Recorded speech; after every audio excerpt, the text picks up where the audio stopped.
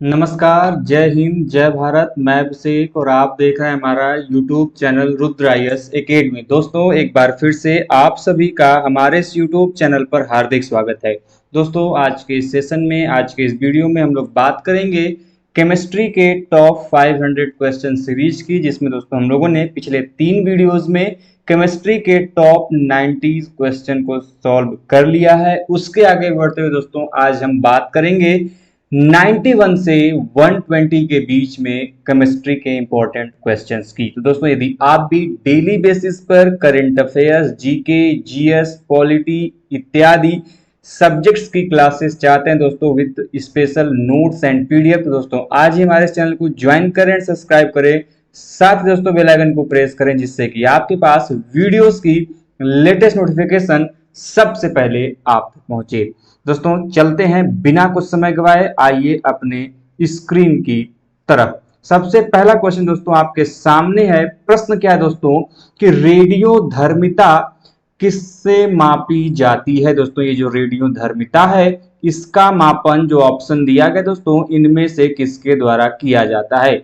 दोस्तों आपके सामने ऑप्शन है Geiger Muller counter, polarimeter, calorimeter या फिर इनमें से कोई नहीं। इसका सही ऑप्शन क्या हो जाएगा दोस्तों? तो इसका सही ऑप्शन होगा ऑप्शन नंबर 1 अर्थात गीगर मूलर काउंटर। जी दोस्तों, गीगर मूलर काउंटर के द्वारा ये जो दोस्तों रेडियोधर्मिता है इसका मापन किया जाता है। इसलिए दोस्तों इसका ऑप्शन नंबर जो ए होगा वह क्या हो जाएगा? सही हो जाएगा। रेडियोधर्मिता का मापन किससे करते दोस्तों? तो गीगर मूलर काउंटर से करते हैं। बढ़ते दोस्तों अपने अगले प्रश्न की तरफ। अगला प्रश्न दोस्तों आपके सामने है। प्रश्न क्या कहता है कि न्यूक्लियर रिएक्टरों में विमंदक और प्रशीतक दोनों की तरह प्रयुक्त होने वाले वह पदार्थ कौन सा है। मतलब दोस्तों ये जो न्यूक्लियर रिएक्टर होता है दोस्तों उसमें विमंदक का मतलब जो उसकी गति को धीमा कर दे, प्रशीतक का मतलब जो उसको ठंडा कर दे। तो दोस्तों उसके रूप में वह पदार्थ कौन सा है जो कि इस न्यूक्लियर रिएक्टर में उपयोग में लाया जाता है। दोस्तों जो ये नाभिकीय रिएक्टर होता है तो ऑप्शन आपके पास दोस्तों साधारण पानी, सिंपल वाटर, जिसको हम लोग दोस्तों H2O के नाम से भी जानते हैं दोस्तों। उसके अलावा भारी पानी दोस्तों जिसको हम लोग D2O बोलते हैं, ड्यूटीरियम ऑक्साइड बोलते हैं दोस्तों हम लोग, D2O भारी पानी। उसके अलावा दोस्तों द्रव अमोनिया, अमोनिया का फुल फॉर्म होता है दोस्तों, सॉरी रासायनिक नाम होता है NH4, और दोस्तों या फिर इनमें से सभी। तो दोस्तों इसका सही उत्तर हो जाएगा ऑप्शन नंबर बी अर्थात भारी पानी। दोस्तों ड्यूटीरियम ऑक्साइड अर्थात भारी पानी का उपयोग दोस्तों जो न्यूक्लियर रिएक्टर होता है दोस्तों, जो नाभिकीय रिएक्टर होते हैं उनमें विमंदक के रूप में अर्थात उनकी गति को मंद करने, कम करने के रूप में, और दोस्तों प्रशीतक अर्थात उनकी जो हीट होती है उनको ठंडा करने के रूप में दोस्तों इस न्यूक्लियर रिएक्टर में भारी पानी का अर्थात D2O का प्रयोग किया जाता है। ध्यान रखिएगा, इंपॉर्टेंट प्रश्न दोस्तों, इसलिए ऑप्शन नंबर जो बी है वह क्या हो जाएगा? सही हो जाएगा। बढ़ते हैं दोस्तों अपने अगले प्रश्न की तरफ। अगला प्रश्न आपके सामने है कि नाभिकीय जो संयंत्र होते हैं दोस्तों, इस नाभिकीय संयंत्रों में जो ये ग्रेफाइट होता है दोस्तों, आप लोगों ने ग्रेफाइट के बारे में जानते होंगे। यदि नहीं जानते हैं तो आप लोगों ने कभी ना कभी पेंसिल यूज जरूर किया होगा। तो उस पेंसिल का दोस्तों जो काला भाग होता है जिससे लिखा जाता है वो होता है ग्रेफाइट। तो दोस्तों आप सभी को जानकारी के लिए बता दूं कि जो नाभिकीय संयंत्र होते हैं दोस्तों, न्यूक्लियर जो संयंत्र होते दोस्तों उनमें इस ग्रेफाइट का उपयोग किया जाता है। लेकिन प्रश्न है कि यह ग्रेफाइट का उपयोग किस प्रकार से उनमें किया जाता है दोस्तों? तो आपके सामने ऑप्शन है ईंधन की तरह, विमंदक की तरह, स्नेहक की तरह, या फिर दोस्तों आपके सामने ऑप्शन है इनमें से कोई नहीं। तो दोस्तों इसका सही उत्तर क्या हो जाएगा? आपको कमेंट बॉक्स में हमको बताना है। इससे पहले कि मैं बताऊं, आप कमेंट बॉक्स के माध्यम से बताइए कि नाभिकीय संयंत्रों में इस ग्रेफाइट का उपयोग निम्नलिखित में से किस रूप में किया जाता है। तो दोस्तों इसका सही उत्तर हो जाएगा विमंदक के रूप में। जैसे दोस्तों D2O अर्थात भारी जो पानी दोस्तों, भारी जल जो दोस्तों जिसका उपयोग विमंदक और प्रशीतक दोनों के रूप में किया जाता है, उसी प्रकार दोस्तों जो नाभिकीय संयंत्र हैं, इस नाभिकीय संयंत्र में ग्रेफाइट का उपयोग एक विमंदक की तरह किया जाता है, अर्थात उसकी जो गति है उसको रोकने के रूप में किया जाता है। आगे बढ़ते हैं दोस्तों अगले प्रश्न की तरफ। अगला प्रश्न आपके स्क्रीन पर सामने इस प्रकार। तो अगला प्रश्न हमारे आपके सामने है, निम्नलिखित में से कौन सा सौर ऊर्जा का स्रोत है। दोस्तों आपके सामने ऑप्शन है नाभिकीय विखंडन, नाभिकीय संलयन, कृत्रिम रेडियोधर्मिता या फिर दोस्तों इनमें से सभी। तो दोस्तों ये जो सोलर एनर्जी है, सोलर एनर्जी अर्थात जिसको हम लोग सौर ऊर्जा भी कहते हैं दोस्तों, तो इसका जो सोर्स है अर्थात स्रोत दोस्तों यह क्या है। तो दोस्तों इसका सही ऑप्शन हो जाएगा नाभिकीय संलयन। दोस्तों हमें जो सौर ऊर्जा प्राप्त होती है, जो सोलर एनर्जी दोस्तों हमें प्राप्त होती है, उसका सही सोर्स है दोस्तों वह क्या है, नाभिकीय संलयन है। इसलिए दोस्तों इसका ऑप्शन नंबर जो बी हो जाएगा वह क्या हो जाएगा, बिल्कुल सही हो जाएगा। दोस्तों ध्यान रखिएगा यह प्रश्न दोस्तों बहुत ही ज्यादा इंपॉर्टेंट है। कई बार एग्जाम में प्रश्न आया है कि कौन सा सौर ऊर्जा का इंपॉर्टेंट या महत्वपूर्ण स्रोत है दोस्तों। तो ध्यान रखिएगा जो नाभिकीय संलयन है यह सौर ऊर्जा के एक इंपॉर्टेंट अर्थात महत्वपूर्ण स्रोत के रूप में जाना जाता है। आगे बढ़ते दोस्तों अगले प्रश्न की तरफ। अगला प्रश्न आपके सामने है कि किस प्रकार की अभिक्रिया से सबसे अधिक हानिकारक विकिरण पैदा होता है। तो दोस्तों वह कौन सी अभिक्रिया है ऑप्शन में दोस्तों, जिसके फलस्वरूप की सबसे अधिक हानिकारक विकिरण जो होते हैं दोस्तों वह पैदा होते हैं, प्रोड्यूस होते हैं दोस्तों। तो आपके सामने दोस्तों ऑप्शन है, ऑप्शन क्या है दोस्तों, तो ऑप्शन नंबर ए संलयन अभिक्रिया, विखंडन अभिक्रिया, रासायनिक अभिक्रिया या फिर दोस्तों इनमें से कोई नहीं। तो दोस्तों इसका सही उत्तर हो जाएगा ऑप्शन नंबर बी विखंडन अभिक्रिया। दोस्तों जब नाभिकीय विखंडन होता है दोस्तों, तो इस विखंडन की अभिक्रिया के दौरान दोस्तों इससे बहुत ही अधिक जो हानिकारक विकिरण दोस्तों वह प्रोड्यूस होते हैं, पैदा होते हैं। इसलिए दोस्तों इसका ऑप्शन नंबर जो बी है विखंडन अभिक्रिया वह क्या हो जाएगा, बिल्कुल सही हो जाएगा। बढ़ते दोस्तों अगले प्रश्न की तरफ। अगला प्रश्न आपके सामने है। प्रश्न क्या कहता है दोस्तों कि जो परमाणु संयंत्र हैं उनमें किस सिद्धांत पर यह काम करते हैं। दोस्तों ये जो परमाणु संयंत्र हैं यह किस सिद्धांत पर काम करते हैं दोस्तों, तो आपके सामने ऑप्शन है, ऑप्शन नंबर ए विखंडन, दोस्तों ऑप्शन नंबर बी संलयन और ऑप्शन नंबर सी दोस्तों तापीय दहन।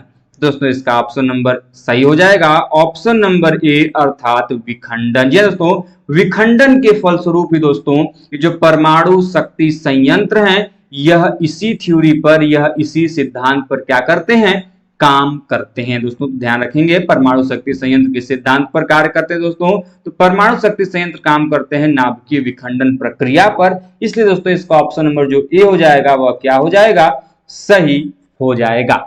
बढ़ते दोस्तों अगले प्रश्न की तरफ। अगला प्रश्न आपके सामने दोस्तों। प्रश्न क्या कहता है दोस्तों कि परमाणु बम का आविष्कार किसने किया। तो दोस्तों परमाणु बम का आविष्कार किसने किया है, तो आपके सामने दोस्तों ऑप्शन है madam Curie, Pierre Curie, auto horn या फिर आइंस्टीन। तो दोस्तों इन चारों ऑप्शन में से आपको सही उत्तर बताना है कि जो एटम बम है इसका सही आविष्कार किसके द्वारा किया गया है, इसका आपको उत्तर बताना है दोस्तों। तो ऑप्शन आपके सामने है दोस्तों, इसका सही ऑप्शन हो जाएगा ऑप्शन नंबर सी अर्थात ऑटो हॉर्न के द्वारा। दोस्तों ये जो परमाणु बम है जिसको हम लोग एटम बम कहते हैं उसका आविष्कार किया गया था। इंपॉर्टेंट है, ध्यान रखेंगे। इसलिए ऑप्शन नंबर जो सी हो जाएगा दोस्तों यह क्या हो जाएगा, बिल्कुल सही हो जाएगा। आगे बढ़ते हैं दोस्तों अगले प्रश्न की तरफ। अगला प्रश्न आपके सामने है कि यूरेनियम विखंडन की सतत प्रक्रिया, यूरेनियम विखंडन की सतत प्रक्रिया को जारी रखने के लिए किस कण की जरूरत होती है। तो दोस्तों ये जो यूरेनियम एक आप सभी लोग जानते हैं रेडियो एक्टिव एक एलिमेंट है। दोस्तों इसके सतत प्रक्रिया को चालू रखने के लिए किस कण की जरूरत पड़ती है दोस्तों, तो आपके सामने ऑप्शन है इलेक्ट्रॉन जिसको हम लोग दोस्तों ई के नाम से जानते हैं और इसके ऊपर चार्ज होता है नेगेटिव चार्ज दोस्तों। ऑप्शन नंबर बी है प्रोटॉन जिसे हम लोग शो करते हैं पी से और इसके ऊपर होता है पॉजिटिव चार्ज। और ऑप्शन नंबर सी दोस्तों न्यूट्रॉन जिसे हम लोग शो करते हैं सिंबल के रूप में एन से और इसके ऊपर दोस्तों कोई भी चार्ज नहीं होता है। और ऑप्शन नंबर डी इनमें से कोई नहीं। तो दोस्तों इन चारों ऑप्शन में से कौन सा ऐसा कण दोस्तों जो कि यूरेनियम की विखंडन की सतत प्रक्रिया को जारी रखने के लिए इसकी जरूरत पड़ती है? दोस्तों इसका ऑप्शन नंबर जो सी है, अर्थात दोस्तों जो न्यूट्रॉन है, इस न्यूट्रॉन का उपयोग दोस्तों पर यूरेनियम के विखंडन की सतत प्रक्रिया को जारी रखने में किया जाता है। दोस्तों यहाँ पर बात इलेक्ट्रॉन, प्रोटॉन और न्यूट्रॉन की हो रही है, तो आपको जानना चाहिए दोस्तों कि जो भी परमाणु होते हैं दोस्तों उनका एक अपना केंद्रक होता है और इस केंद्रक में दोस्तों प्रोटॉन और न्यूट्रॉन होते हैं। वहीं पर दोस्तों इनकी जो परमाणु की दोस्तों कक्षाएं होती हैं या जो परिधियां होती है दोस्तों, इनमें होते हैं दोस्तों इलेक्ट्रॉन। क्या होते हैं दोस्तों? इलेक्ट्रॉन।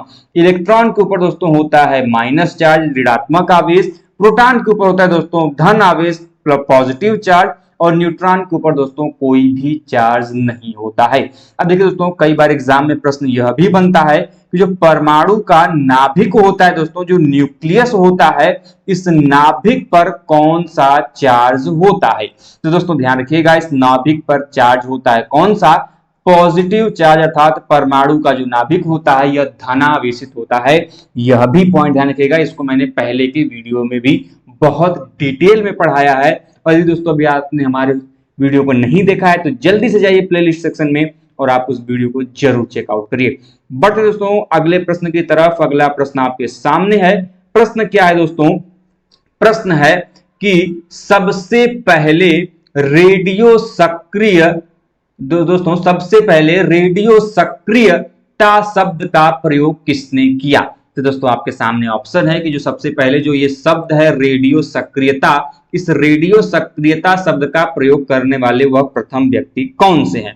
तो दोस्तों आपके सामने ऑप्शन है हेनरी बेक्वेरेल, मैडम क्यूरी या फिर रदरफोर्ड। और चौथा ऑप्शन है दोस्तों डी ब्रोगली। और इनमें से सही आंसर क्या होगा दोस्तों? तो इसका ऑप्शन नंबर ए, अर्थात दोस्तों हेनरी बेक्वेरेल। दोस्तों हेनरी बेक्वेरेल जो दोस्तों इन्होंने सबसे पहली बार जो ये रेडियो सक्रियता शब्द है, इसका सबसे पहली बार इस शब्द का प्रयोग उन्होंने किया था। इंपॉर्टेंट है, ध्यान में रखेंगे। यह प्रश्न दोस्तों कई बार एग्जाम में आपके आया हुआ है, इसलिए यह प्रश्न काफी ज्यादा इंपॉर्टेंट हो जाता है। बढ़ते दोस्तों अगले प्रश्न की तरफ। अगला प्रश्न दोस्तों आप क्या कहता है? तो अगला प्रश्न दोस्तों आपके सामने है कि रेडियो कार्बन काल निर्धारण किसकी आयु का आकलन करने के लिए प्रयुक्त किया जाता है? दोस्तों आप लोगों ने कार्बन डेटिंग का नाम बार बार सुना होगा कि रेडियो कार्बन डेटिंग होती है, कार्बन डेटिंग होती है। तो वह किस चीज की भाई? डेटिंग मतलब देखिए किसी भी वस्तु का कितना प्राचीन है, कितना समय पहले उसका अस्तित्व था, इसकी जानकारी ही डेटिंग कहलाती है। तो दोस्तों यह जो रेडियो कार्बन है, डेटिंग है, यह एक प्रकार की विशेष विधि है प्राचीन तिथियों को ज्ञात करने की। हालांकि दोस्तों इसके अलावा अन्य कई तिथियां हैं जिसमें फिशन ट्रैक है, पोटेशियम आर्गन है, थर्मोलेमेंसिस है, कई सारी विधियां हैं जो कि उपयोग में लाई जाती हैं। लेकिन दोस्तों उन्हीं में से एक है रेडियो कार्बन का काल निर्धारण का दोस्तों। तो यह किसकी आयु का आकलन करता है? तो उसी का आपका सही उत्तर बताना। तो दोस्तों आपके सामने उत्तर है ऑप्शन नंबर ए मृदा, ऑप्शन नंबर बी स्मारक, ऑप्शन नंबर सी जीवाश्म या फिर ऑप्शन नंबर डी चट्टानी। दोस्तों इसका सही उत्तर जाएगा ऑप्शन नंबर सी में दोस्तों लिखित जो जीवाश्म है, जिसको हम लोग फॉसिल्स भी बोलते हैं। यह फॉसिल्स दोस्तों किसके द्वारा डेटिंग में लाए जाते हैं दोस्तों? तो जो रेडियो कार्बन डेटिंग होती है, जिसको हम लोग C14 डेटिंग भी बोलते हैं, इसके द्वारा दोस्तों इस जीवाश्म अर्थात फॉसिल्स का दोस्तों क्या किया जाता है? डेटिंग किया जाता है। अब देखिए दोस्तों कुछ इंपॉर्टेंट पॉइंट्स जो कि आपको जानने चाहिए दोस्तों। रेडियो कार्बन डेटिंग उन्हीं पदार्थों का या वस्तुओं किया जाता है जिनमें कार्बन की मात्रा मौजूद हो, अर्थात दोस्तों बिना कार्बन की मात्रा के मौजूद हुए दोस्तों किसी भी तत्व का, पदार्थ का दोस्तों आप कार्बन डेटिंग नहीं कर सकते। तो दोस्तों जो भी जीवाश्म होते हैं, जीवाश्म मतलब होता है जीव का, अस्म मतलब उसके संबंधित जो भी बॉडी पार्ट्स हैं जो कि उसके अस्म के रूप में बचे हुए हैं, उनको जीवाश्म कहते हैं। दोस्तों जो जीव हैं उनका निर्माण ही कार्बन से होता है, इसलिए दोस्तों हम लोग इसका क्या करते हैं? कार्बन डेटिंग करते हैं। अब दूसरी महत्वपूर्ण दोस्तों जो कार्बन डेटिंग है, इसकी खोज सबसे पहले किसने की थी? तो दोस्तों उनका नाम था विलियर्ड लिब्बी। क्या नाम था दोस्तों? Willard Libby. जी दोस्तों विलियर्ड लिब्बी के द्वारा दोस्तों 1952 में यह जो आपका कार्बन डेटिंग है इसकी खोज की गई थी, इसकी शुरुआत किया गया था। इंपॉर्टेंट है, ध्यान में रखेंगे। आगे बढ़ते दोस्तों अगले प्रश्न की तरफ। अगला प्रश्न दोस्तों आपके सामने है। प्रश्न क्या है दोस्तों कि पोलोनियम के समस्थानिकों की संख्या क्या है। दोस्तों जिस प्रकार से कार्बन, ऑक्सीजन, नाइट्रोजन, हीलियम दोस्तों यह सभी एक तत्व हैं, ठीक उसी प्रकार दोस्तों पोलोनियम भी एक विशेष प्रकार का तत्व है।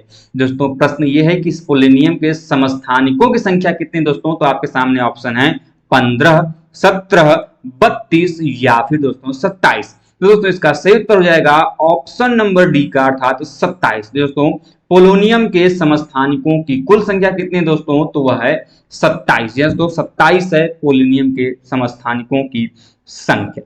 आगे बढ़ते दोस्तों अगला प्रश्न आपके सामने है। प्रश्न क्या कहता है कि सर्वाधिक संख्या में समस्थानिक किसके होते हैं। तो दोस्तों आपके जो चार ऑप्शन हैं उनमें से आपको समस्थानिक के संख्या बताने हैं जिनमें कि सबसे अधिक है। तो दोस्तों आपके सामने ऑप्शन है यूरेनियम, हाइड्रोजन, पोलोनियम या फिर दोस्तों लेड। तो किनमें से दोस्तों, इन चारों में से किसकी समस्थानिकों की संख्या ज्यादा है दोस्तों, तो इसका ऑप्शन नंबर जो सी है अर्थात पोलोनियम जो है दोस्तों इसके समस्थानिकों की संख्या सर्वाधिक है।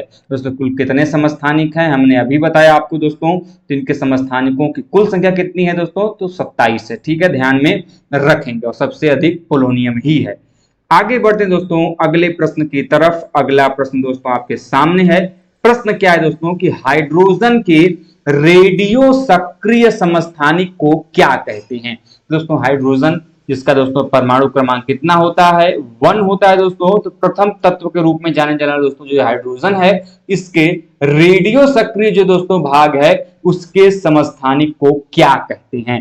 तो दोस्तों आपके सामने ऑप्शन है ड्यूटीरियम, प्रोटियम, रेडियम या फिर दोस्तों ट्राइटियम। इसका सही ऑप्शन क्या हो जाएगा दोस्तों, तो इसका सही उत्तर हो जाएगा ऑप्शन नंबर डी में लिखित ट्राइट्रियम। दोस्तों जो ट्राइट्रियम है यह हाइड्रोजन के रेडियो सक्रिय समस्थानिक के रूप में जाना जाता है। तो ध्यान रखेंगे दोस्तों हाइड्रोजन को हम लोग H से डिनोट करते हैं। इसका एटॉमिक नंबर दोस्तों 1 होता है और दोस्तों इसमें इलेक्ट्रॉन की संख्या वेन जब इसके ऊपर कोई प्लस माइनस चार्ज नहीं होगा दोस्तों तो 1 होगा और प्रोटॉनों की भी संख्या दोस्तों कितनी होती है, 1 होती है। तो ध्यान रखेंगे, कभी कभी पूछ लेता है इसलिए आपके लिए इंपॉर्टेंट हो जाता है।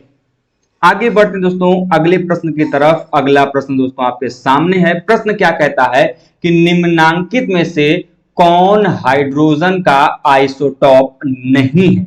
दोस्तों देखिए अभी तक क्या था कि बताना था आइसोटॉप है, अब बताना है कि निम्नलिखित में से कौन सा आइसोटॉप नहीं है। तो दोस्तों आपके सामने ऑप्शन है, option number A protium, option number B deuterium, option number C tritium और ऑप्शन नंबर डी ट्रेंसियम। तो दोस्तों इसका सही ऑप्शन हो जाएगा ऑप्शन नंबर डी अर्थात ट्रेंसियम। दोस्तों जो ट्रेंसियम है यह हाइड्रोजन के आइसोटोप के रूप में नहीं जाना जाता, जबकि दोस्तों जो प्रोटियम है, ड्यूटेरियम है और दोस्तों जो ट्राइट्रियम है यह जो हाइड्रोजन है यह इसके क्या हैं, यह दोस्तों इसके आइसोटोप के रूप में जाने जाते हैं। तो प्रोटियम, ड्यूटेरियम, ट्रिटियम किसके हैं दोस्तों आइसोटोप, हाइड्रोजन के।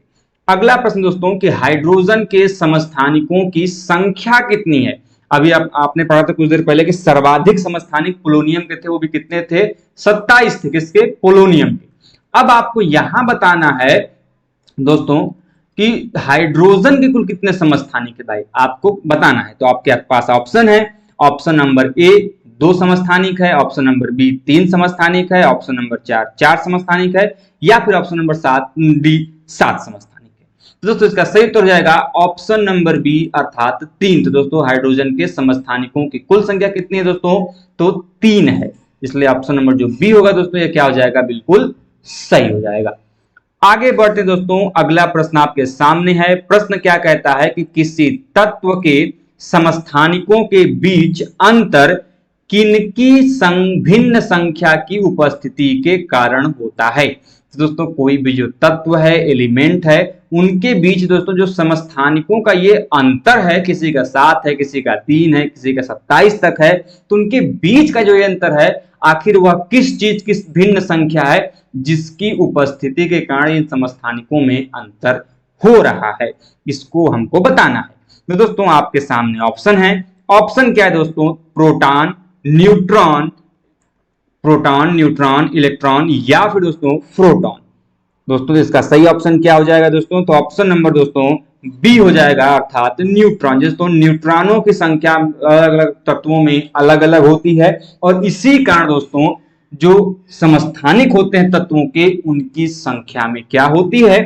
भिन्नता होती है दोस्तों। इसलिए इसका ऑप्शन नंबर जो बी होगा, न्यूट्रॉन होगा, यह क्या हो जाएगा? सही हो जाएगा। आगे बढ़ते दोस्तों अगले प्रश्न की तरफ। अगला प्रश्न आपके सामने है। प्रश्न क्या कहता है दोस्तों कि निम्नलिखित में से रेडियो तत्व में से किसका उपयोग मनुष्य के शरीर में रक्त प्रवाह की गति के मापन के लिए किया जाता है? तो दोस्तों आप सभी लोग जानते हैं हम लोगों के शरीर में नसों के अंदर ब्लड का सर्कुलेशन होता है, रक्त का प्रवाह होता है और उसके मापन के लिए, उसके मेजरमेंट के लिए हम किस रेडियो सक्रिय तत्व का या रेडियो तत्व का हम लोग उपयोग करते हैं? तो दोस्तों आपके सामने ऑप्शन है radio phosphorus, radio iodine, radio iron या फिर रेडियो सोडियम। दोस्तों ये जो ब्लड सर्कुलेशन है उसको मेजरमेंट करने का दोस्तों तत्व है, वह मेजरमेंट किया जाता है रेडियो सोडियम के द्वारा। इंपॉर्टेंट दोस्तों ध्यान रखिएगा, कई बार एग्जाम में आया हुआ है, बहुत इंपॉर्टेंट है और आजकल ये ट्रेंड में भी है, तो ध्यान रखिएगा। ब्लड सर्कुलेशन के मेजरमेंट का दोस्तों जो इंपॉर्टेंट तत्व है दोस्तों, वह कौन सा रेडियो तत्व है? वह दोस्तों रेडियो सोडियम। अर्थात दोस्तों इसका ऑप्शन नंबर जो डी हो जाएगा वह क्या हो जाएगा? बिल्कुल सही हो जाएगा। बढ़ते दोस्तों अगले प्रश्न की तरफ। अगला प्रश्न दोस्तों आपके सामने है। प्रश्न क्या कहता है कि रेडियोधर्मी पदार्थ जो है दोस्तों, इनमें से जो आपके सामने ऑप्शन है, किन दौरान इनमें कोई परिवर्तन नहीं होता? तो दोस्तों आपके सामने ऑप्शन है, जब वे बीटा उत्सर्जन करते हैं तब कोई परिवर्तन नहीं होता, अल्फा उत्सर्जन के समय कोई परिवर्तन नहीं होता, या फिर गामा उत्सर्जन के दौरान कोई परिवर्तन नहीं होता, या फिर इनमें से कोई नहीं। तो दोस्तों इसका सही उत्तर हो जाएगा ऑप्शन नंबर सी, अर्थात गामा उत्सर्जन। जी दोस्तों गामा उत्सर्जन के दौरान दोस्तों रेडियो धर्मी पदार्थों में कोई भी परिवर्तन जो है दोस्तों हमको देखने को नहीं मिलता है। तीन प्रकार के दोस्तों कण हैं, अल्फा है, यह बीटा है दोस्तों और यह गामा है। तो तीन प्रकार की चीजें दोस्तों जिसके बारे में हम लोगों ने पहले और दूसरे वीडियो लेक्चर में उसको कवर किया था। तो दोस्तों हम अभी तक आपने नहीं देखा है तो वीडियो को जाइए जल्दी से पॉज कीजिए, देखिए, और अभी तक हमारे इस चैनल को सब्सक्राइब नहीं किया दोस्तों तो चैनल को सब्सक्राइब करिए। साथ ही दोस्तों जो बेल आइकन की घंटी है उसको भी प्रेस जरूर कीजिएगा। बढ़ते हैं दोस्तों अगले प्रश्न की तरफ। अगला प्रश्न आपके सामने है। प्रश्न क्या है दोस्तों कि जो हाइड्रोजन बम है उसका विकास किसके द्वारा किया गया था?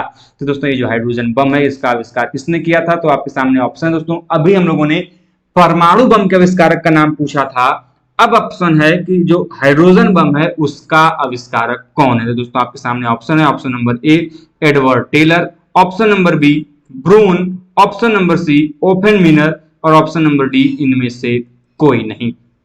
तो दोस्तों इसका ऑप्शन सही हो जाएगा ऑप्शन नंबर ए, अर्थात एडवर्ड टेलर। जी दोस्तों एडवर्ड टेलर जो है दोस्तों, इनको हम लोग हाइड्रोजन बम के आविष्कारक के रूप में जानते हैं। कौन दोस्तों? Edward Teller. इन्होंने क्या विकसित किया था दोस्तों? इन्होंने हाइड्रोजन बम जो है दोस्तों इसका आविष्कार किया था इन्होंने। ध्यान रखिएगा इंपॉर्टेंट है, कई बार एग्जाम में आया हुआ है कि हाइड्रोजन बम का आविष्कारक कौन है। दोस्तों हाइड्रोजन बम हाइड्रोजन की गतिविधियों पर कार्य करता है। अभी हमने हाइड्रोजन के बारे में बताया कि इसका एटॉमिक नंबर 1 होता है, यह प्रथम तत्व के रूप में भी जाना जाता है।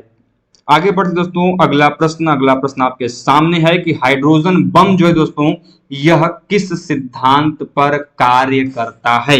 दोस्तों अभी हमने बताया कि एडवर्ड टेलर ने इसको विकसित किया था, इसका विकास किया था। प्रश्न ये है कि जो हाइड्रोजन बम है यह किस थ्योरी पर, किस सिद्धांत पर कार्य करता है? तो आपके सामने ऑप्शन दोस्तों नियंत्रित विखंडन अभिक्रिया पर काम करता है, अनियंत्रित विखंडन अभिक्रिया पर काम करता है, नियंत्रित संलयन अभिक्रिया पर कार्य करता है, या फिर अनियंत्रित संलयन अभिक्रिया पर कार्य करता है। तो दोस्तों इसका सही हो जाएगा ऑप्शन नंबर डी, अर्थात अनियंत्रित संलयन अभिक्रिया पर दोस्तों यह कार्य करता है। कौन सा दोस्तों बम, कौन सा?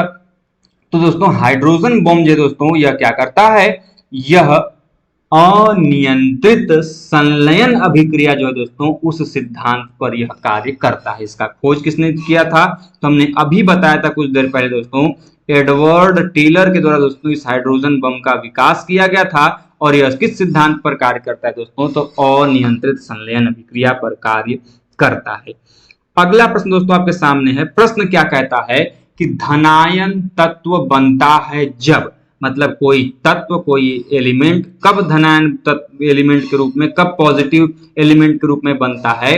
तो ऑप्शन है आपके सामने, परमाणु जब इलेक्ट्रॉन को ग्रहण करता है। मतलब देखिए, जो एटम है जब वह किसी अन्य एटम से इलेक्ट्रॉन को अपने पास लेगा तब वह इलेक्ट्रॉन ग्रहण करता है, तब क्या पॉजिटिव चार्ज होगा। या फिर परमाणु इलेक्ट्रॉन खोता है, मतलब कि वह अपने एटम पर में से कोई इलेक्ट्रॉन किसी दूसरे परमाणु को, एटम को देता, तो क्या यह तब होगा। या फिर परमाणु पर बाहर से कोई धनावेश जो है वह क्या हो जाता है, आ जाता है। या फिर परमाणु से जो प्रोटॉन है वह बाहर जो है वह निकल जाता है, क्या, प्रोटॉन। तो अब आपको कमेंट बॉक्स में बताना है कि इसका सही उत्तर क्या होगा। देखिए दोस्तों, इसका सही उत्तर होगा ऑप्शन नंबर बी, परमाणु जब इलेक्ट्रॉन खोता है, अर्थात जब कोई परमाणु अपना इलेक्ट्रॉन किसी दूसरे एटम को देता है तो वह उस समय उस एटम के ऊपर कौन सा चार्ज लग जाता है, प्लस चार्ज लग जाता है दोस्तों। तो देखिए ध्यान से समझिएगा, मान लीजिए कि आपने पढ़ा होगा नियम कक्षाओं की पूर्ति का, कि प्रत्येक कक्षाओं में 2, 8, 8, 16, 32 करके दोस्तों जो है यह कक्षाओं की में इलेक्ट्रॉनों की संख्या होनी चाहिए। जब भी कोई एक तत्व दूसरे तत्व से अभिक्रिया करता है तो जिनमें इस अभिक्रिया में जिनमें पूर्ति नहीं होती है तो वह एक दूसरे से इलेक्ट्रॉन क्या करते हैं, आदान प्रदान करते हैं। तो जो परमाणु अपने इलेक्ट्रॉन को दूसरे इलेक्ट्रॉन को देगा उस परमाणु पर प्लस चार्ज, अर्थात वह धनावेशित परमाणु हो जाएगा। जैसे सोडियम क्या करता है, अभिक्रिया के दौरान वह एक इलेक्ट्रॉन अपना दूसरे को देता है, दूसरे तत्व को, इसीलिए इसके ऊपर एक धनावेश है। जो परमाणु जितना इलेक्ट्रॉन देता है उसके ऊपर उतना चार्ज या उतना धनायन चढ़ता है, और जो तत्व जितना लेता है उसके ऊपर उतना ही माइनस अर्थात ऋण आवेश चढ़ता है। तो इस पॉइंट्स को आई होप आप लोग समझ गए होंगे, क्लियर होगा। और दोस्तों क्लियर हो गया तो वीडियो को तब तक लाइक शेयर सब्सक्राइब भी जरूर कर दीजिए जल्दी से। आगे बढ़ते दोस्तों, अगला प्रश्न आपके सामने है। प्रश्न क्या कहता है कि जो ट्राइट्रियम है इसमें प्रोटॉनों और न्यूट्रॉनों की संख्या क्या है। हमने अभी बताए थे हाइड्रोजन के आइसोटोप्स, जिसमें ट्राइट्रियम भी बताया था, जिसमें प्रोटियम था, ड्यूटेरियम था, ट्राइट्रियम था। तो इस ट्राइट्रियम में प्रोटॉनों और न्यूट्रॉनों की संख्या पूछ रहा है। प्रोटॉन को P से और न्यूट्रॉनों को N से क्या करते हैं, डिनोट करते हैं। और ये दोनों के दोनों कहाँ स्थित होते हैं, ये होते हैं परमाणु के एटम के न्यूक्लियस में। और प्रश्न ये है कि जो ट्राइट्रियम है इस ट्राइट्रियम में प्रोटॉनों और न्यूट्रॉनों की संख्या कितनी है। तो आपके सामने ऑप्शन है एक प्रोटॉन या और एक न्यूट्रॉन, या फिर दोस्तों आपके सामने ऑप्शन है ऑप्शन नंबर बी, एक प्रोटॉन और 2 न्यूट्रॉन, या फिर ऑप्शन नंबर सी, एक प्रोटॉन 3 न्यूट्रॉन, या फिर इनमें से कोई नहीं। तो दोस्तों ये जो ट्राइट्रियम है इसमें जो प्रोटॉनों और न्यूट्रॉनों की संख्या है उसका सही ऑप्शन हो जाएगा ऑप्शन नंबर बी, अर्थात ट्राइट्रियम में दोस्तों एक प्रोटॉन होता है। कितना होता है दोस्तों, एक प्रोटॉन होता है। और साथ में दोस्तों इनमें न्यूट्रॉनों की संख्या कितनी होती है दोस्तों, तो न्यूट्रॉनों की संख्या होती है 2। ध्यान रखिएगा, इंपॉर्टेंट है, कई बार एग्जाम में पूछा गया है। आगे बढ़ते दोस्तों, अगला प्रश्न आपके सामने है कि निम्नलिखित में से किसके उत्सर्जन में संभारिक उत्पन्न होते हैं।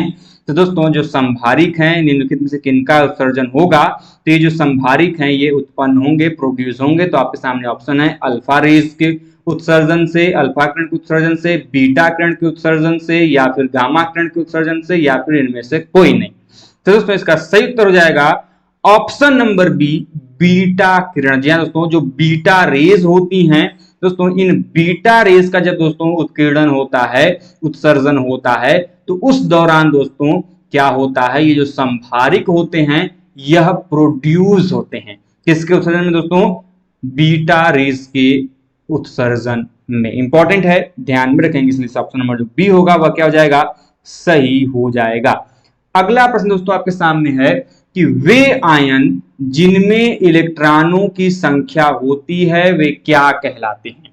तो दोस्तों वे आयन जो इनमें इलेक्ट्रॉनों की संख्या होती है वे क्या कहलाते हैं। तो ऑप्शन दोस्तों, ऑप्शन नंबर ए समस्थानिक, ऑप्शन नंबर बी समभारिक, ऑप्शन नंबर सी सम न्यूट्रॉनिक, या फिर ऑप्शन नंबर डी सम इलेक्ट्रॉनिक। तो दोस्तों जिनमें इलेक्ट्रॉनों की, वे आयन जिनमें इलेक्ट्रॉनों की संख्या होती है वे कहलाते हैं सम इलेक्ट्रॉनिक। क्या कहलाएंगे दोस्तों, सम इलेक्ट्रॉनिक। कौन से दोस्तों, जिन आयनों में इलेक्ट्रॉनों की संख्या होगी क्या कहेंगे, सम इलेक्ट्रॉनिक कहेंगे। इसलिए ऑप्शन नंबर जो डी है उसका क्या हो जाएगा, सही हो जाएगा।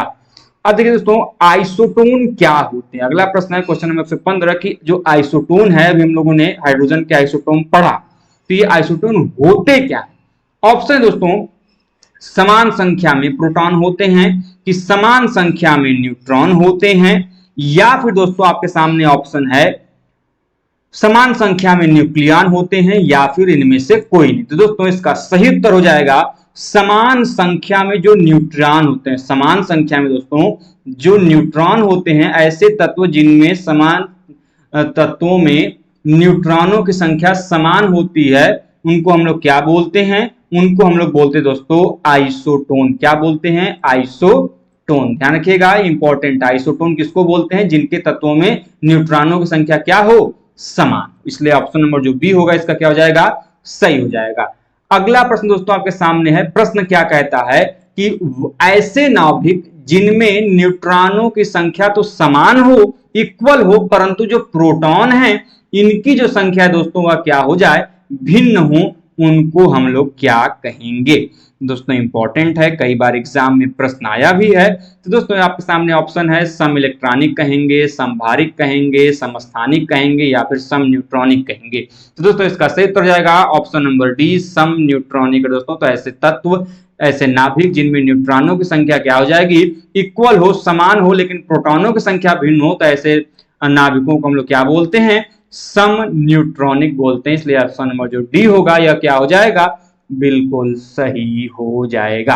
अगला प्रश्न दोस्तों आपके सामने है क्वेश्चन नंबर 117। क्वेश्चन नंबर 117 क्या कहता है कि रक्त कैंसर को नियंत्रित करने के लिए, जो ब्लड कैंसर होता है आजकल काफी तेजी से फैल रहा है दोस्तों, तो ये ब्लड कैंसर को नियंत्रित करने के लिए, कंट्रोल करने के लिए उपयोग किए जाने वाले उस आइसोटोप का नाम बताना है। कौन सा आइसोटोप है दोस्तों जिसका उपयोग ब्लड कैंसर को कंट्रोल करने के लिए किया जाता है। दोस्तों तो आपके सामने ऑप्शन है फास्फोरस 32, कोबाल्ट 60, आयोडीन 131, या फिर इनमें से सभी। तो दोस्तों बहुत ही इंपॉर्टेंट क्वेश्चन है, कई बार एग्जाम में आया, खासकर वे एग्जाम जहां पे बायोलॉजी के और केमिस्ट्री के प्रश्न बार बार पूछे जाते हैं, वहां पर ये प्रश्न आपको जरूर देखने को मिलेगा। तो दोस्तों जो कोबाल्ट 60 है, इस कोबाल्ट 60 का उपयोग जो ब्लड कैंसर है इसको कंट्रोल करने के लिए किया जाता है। इसलिए ऑप्शन नंबर जो बी होगा वह क्या हो जाएगा दोस्तों, सही हो जाएगा। अब दोस्तों बात कैंसर की आई है, तो कैंसर कहते किसको वास्तव में। देखिए कैंसर की सिंपल और साधारण परिभाषा ये है कि हम जीवों का विकास कोशिकाओं के नियंत्रित विभाजन के फलस्वरूप होता है। खासकर मनुष्य जो है दोस्तों एक निश्चित समय के पश्चात उनमें जो कोशिका का विभाजन होता है वह रुक जाता है। लेकिन जब इन कोशिकाओं का जो विभाजन है, यह जो कोशिकाएं हैं इनका जो विभाजन है, यदि यह अनियंत्रित हो जाए, क्या हो जाए, अनकंट्रोल हो जाए, अनियंत्रित हो जाए, तो कोशिकाओं के इसी अनियंत्रित विभाजन को ही हम लोग क्या बोलते हैं, कैंसर बोलते हैं। ध्यान रखिएगा, शरीर हमारा कोशिकाओं का विभाजन एक नियंत्रण के फलस्वरूप करती है, एक समान दृष्टि से होता है, 2 से 4, 4 से 8, 8 से 16, 16 से 32 ऐसे होता है। लेकिन यदि इनमें जो कोशिकाओं का विभाजन है यदि वह अनियंत्रित हो जाए, अनकंट्रोल हो जाए, तो वही रूप धारण कर लेता है हमारे शरीर में ब्लड कैंसर का। और यह कैंसर किसी भी प्रकार में हो सकता है, अलग अलग प्रकार के कैंसर होते हैं। खासकर जो ये में ब्लड कैंसर है इसको कंट्रोल करने के लिए कोबाल्ट 60 का उपयोग किया जाता है। तब तक हम आगे क्वेश्चन बताएं, तब तक आपको काम करना है, आप सभी जानते हैं, वीडियो को लाइक शेयर एंड सब्सक्राइब कर लेना है। बढ़ते हैं अगले प्रश्न की तरफ। अगला प्रश्न आपके सामने है, प्रश्न क्या कह रहा है भाई कि जो कोबाल्ट 60 है जिसका आमतौर पर विकिरण चिकित्सा यथा कैंसर जैसे रोगों में प्रयुक्त होता है। क्यों किया जाता है ऐसा, क्या अच्छा इनमें से उत्सर्जित होता है कि जिसका प्रयोग हम लोग करते हैं। तो कोबाल्ट 60 से उत्सर्जित होने वाला वह पदार्थ कौन सा है, वह कौन सी रे है, तो आपके सामने ऑप्शन है बीटा रे, गामा रे, अल्फा रे या फिर इनमें से कोई नहीं। तो दोस्तों इसका सही उत्तर हो जाएगा option number B, gamma ray. दोस्तों कोबाल्ट 60 से दोस्तों गामा रे निकलती है और ये गामा रे जो है दोस्तों इसका सिंबल ये है। और दोस्तों गामा रे का उपयोग क्या होता है, कैंसर जैसे रोगों में प्रयुक्त किया जाता है। खासकर जो ब्लड कैंसर है उसमें कोबाल्ट 60 का प्रयोग हम लोग करते हुए दिखाई देते हैं। अगला प्रश्न आपके सामने दोस्तों, प्रश्न क्या कहता है कि परिसंचरण तंत्र में रक्त के थक्के की स्थिति का पता लगाने के लिए किस समस्थानिक का प्रयोग किया जाता है। दोस्तों हमारे शरीर में रक्त की प्रवाह को पूरे शरीर तक पहुंचाने का जो तंत्र कार्य करता है, जो ऑर्गन कार्य करता है, उसको हम लोग परिसंचरण तंत्र बोलते हैं, सर्कुलेशन सिस्टम बोलते हैं। इस सर्कुलेशन सिस्टम में जो रक्त का थक्का होता है, ब्लड क्लॉट होता है, उसकी स्थिति का पता लगाने के लिए कि हमारे शरीर में कहाँ ब्लड क्लॉट हो गया है, कहाँ खून जम गया है, रक्त जम गया है, उसका पता हम लोग किस समस्थानिक के प्रयोग से लगाते हैं। अधिकांशतः आप लोगों ने सुना होगा, अभी हाल ही में नाम सुना होगा आप लोगों ने राजू श्रीवास्तव का, उनका ब्रेन डेड हो गया है और उनके जो दिमाग की नस है उसमें ब्लड क्लॉट हो गया है। तो ये जो हमारे शरीर के अंदर ब्लड क्लॉट हो जाता है, रक्त के थक्के बन जाते हैं, ब्लड जम जाता है, तो उसका प्रयोग किसके फलस्वरूप पता लगाते हैं कि आखिर कहाँ पे जमा हुआ है। तो ऑप्शन आपके सामने है सोडियम 24, क्या है दोस्तों, सोडियम 24, कोबाल्ट 60, आर्सेनिक 74 या फिर आयोडीन 131। तो दोस्तों इसका सही उत्तर हो जाएगा सोडियम 24। ये Na क्या है दोस्तों, इसको हम लोग क्या बोलते हैं, सोडियम बोलते हैं दोस्तों, क्या बोलते हैं, सोडियम बोलते हैं। CO जो है दोस्तों यह किसका निशानी है दोस्तों, इसको हम लोग बोलते हैं कोबाल्ट, क्या बोलते हैं, कोबाल्ट। AS को हम लोग दोस्तों बोलते हैं आर्सेनिक, क्या बोलते हैं, आर्सेनिक। वहीं पर दोस्तों जो I है इसको हम लोग आयोडीन बोलते हैं, वही आयोडीन जो हम लोग आयोडीन नमक खाते हैं, टाटा साल्ट वाला आयोडीन। तो इसका सही ऑप्शन आएगा दोस्तों ऑप्शन नंबर ए, अर्थात सोडियम 24 जो है दोस्तों इसका उपयोग हम लोग दोस्तों परिसंचरण तंत्र में जो रक्त का थक्का है, ब्लड क्लॉट है, इसका पता लगाने के लिए हम लोग करते हैं। आगे बढ़ते दोस्तों, अगला और आज का अंतिम प्रश्न है दोस्तों। प्रश्न ये है कि चट्टानों की जो आयु है, जो स्टोन है, उनकी आयु को ज्ञात करने के लिए रेडियो एक्टिव आयु अंकन में किस समस्थानिक का प्रयोग किया जाता है। जैसे कोई चट्टान है, वह किसी ऐतिहासिक दृष्टिकोण से बहुत इंपॉर्टेंट है, तो वह कितना साल पुराना है, इसका प्रयोग पता हम कैसे लगाएंगे। तो कौन सा समस्थानिक है जिसका प्रयोग करके हम उसकी जानकारी लगा सकते हैं। तो ऑप्शन आपके सामने है यूरेनियम, पोलोनियम, थोरियम या फिर कार्बन। दोस्तों इसका सही उत्तर हो जाएगा ऑप्शन नंबर ए, अर्थात यूरेनियम। दोस्तों जो यूरेनियम है इसका प्रयोग हम लोग क्या करते हैं, चट्टानों की जो स्टोन की आयु है उसको ज्ञात करने के लिए एक रेडियो एक्टिव आयु अंकन के रूप में इसका उपयोग हम लोग करते हैं। यूरेनियम एक रेडियो एक्टिव तत्व है, कई बार एग्जाम में यह पूछा भी गया। दोस्तों जाते जाते अपने कमेंट बॉक्स में एक जल्दी से उत्तर बताते जाइए कि यूरेनियम का एटॉमिक नंबर क्या है, परमाणु क्रमांक क्या है। कई बार ये एग्जाम में दोस्तों आपके प्रश्न बना है, बिल्कुल भी इग्नोर मत कीजिएगा, क्योंकि दोस्तों यदि यह प्रश्न आपके एग्जाम में आ गया तो हाथ मलते रह जाएंगे और क्वेश्चन आपसे छूट जाएगा। तो जल्दी से जाइए कमेंट बॉक्स के माध्यम से बताइए कि यूरेनियम का एटॉमिक नंबर, परमाणु क्रमांक क्या है। दोस्तों आज के लिए बस इतना ही, विदा लेते हैं, तब तक आप हमारे इस चैनल पर बने रहें, वीडियो को देखते रहें। वीडियो पसंद आया दोस्तों वीडियो को लाइक शेयर सब्सक्राइब जरूर करिएगा। तो मिलते हैं दोस्तों ऐसे ही अपडेट और इंफॉर्मेशन के साथ नेक्स्ट वीडियो में।